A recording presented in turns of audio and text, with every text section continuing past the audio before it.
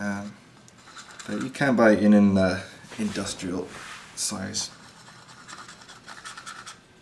if you want to do many rifles. But for jobs like this, you know, the little tubes, they cost here in Canada anywhere from $8 to $10, probably cheaper for you guys in the US.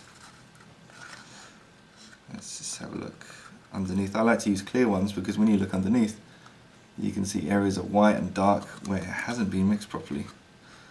So if you don't make enough and you're finding yourself really scraping down, trying to get every last little bit of compound, you're going to be scraping into areas where it hasn't been mixed properly, and then it's going to lower the strength of your compound.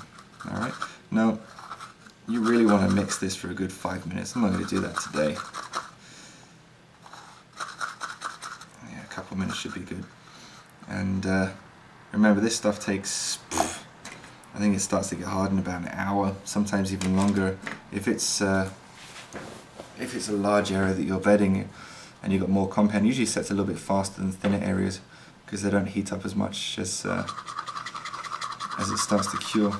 You can speed up heating process if you want to by applying heat from a lamp, so like the one next to me, putting it in an oven on a low temperature, and you can even slow down the curing of a compound. You can even put the tubes in the fridge. The viscosity hardens up a little bit. It gets a little thick when you do that, but you can even put a tub in some ice water and mix it inside and keeps it cool, and it stops it setting too fast if you're using something that sets too fast. But really you shouldn't be using something that sets too fast because it's not usually as strong. Okay, now I've cleaned this already. I've cleaned it down with acetone. You can use any kind of spirits like that to make sure it's nice and clean. So we're going to apply it now. Try and make sure that you're not adding any bubbles to it. So you're sort of pressing it as you go.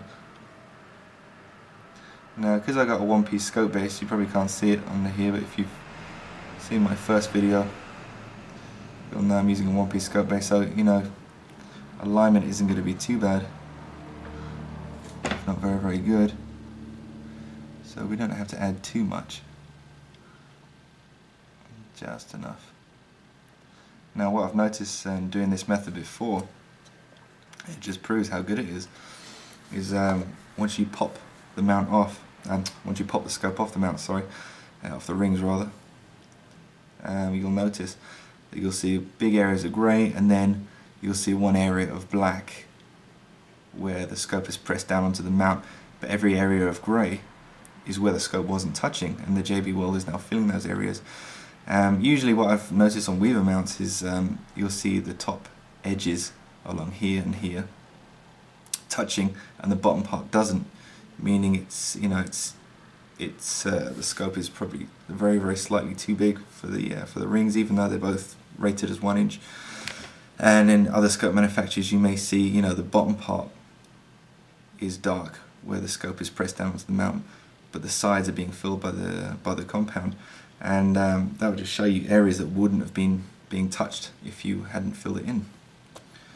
So another thing you may notice, especially on two-piece mounts, is if the screw holes on the receiver aren't perfect, you'll notice, and I've seen that before on two-piece bases, is like top right from where I'm sitting and bottom left are touching, but top left and bottom right are not, indicating that it's actually twisted. So ordinarily you'd be twisting a scope, which is something you really want to avoid. Hope I'm not going over time. Just missed that there. Hopefully we're not going over 10 minutes.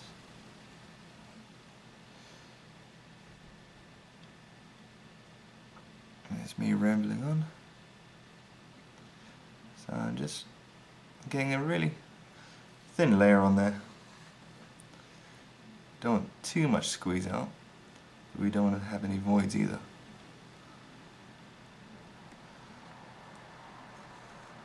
What I like to finish off with is just a good dollop on the bottom. And that way, when the scope sits down in it, it starts pushing it up the sides, and we get pretty decent squeeze out. Now, get it pretty much where you want it to be. on the in the mounts.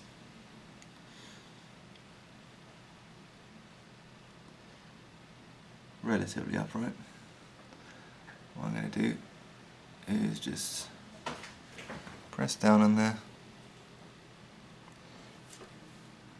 and now as I say, prior preparation prevents piss poor performance. I'm going to add I haven't got it here with me, no I haven't.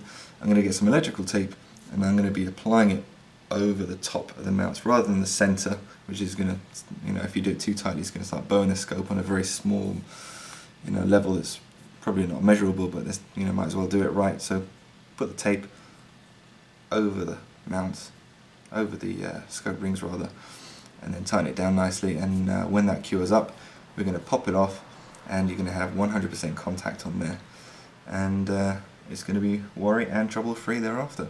Alright, thanks for watching, hope you learned something, see you next time.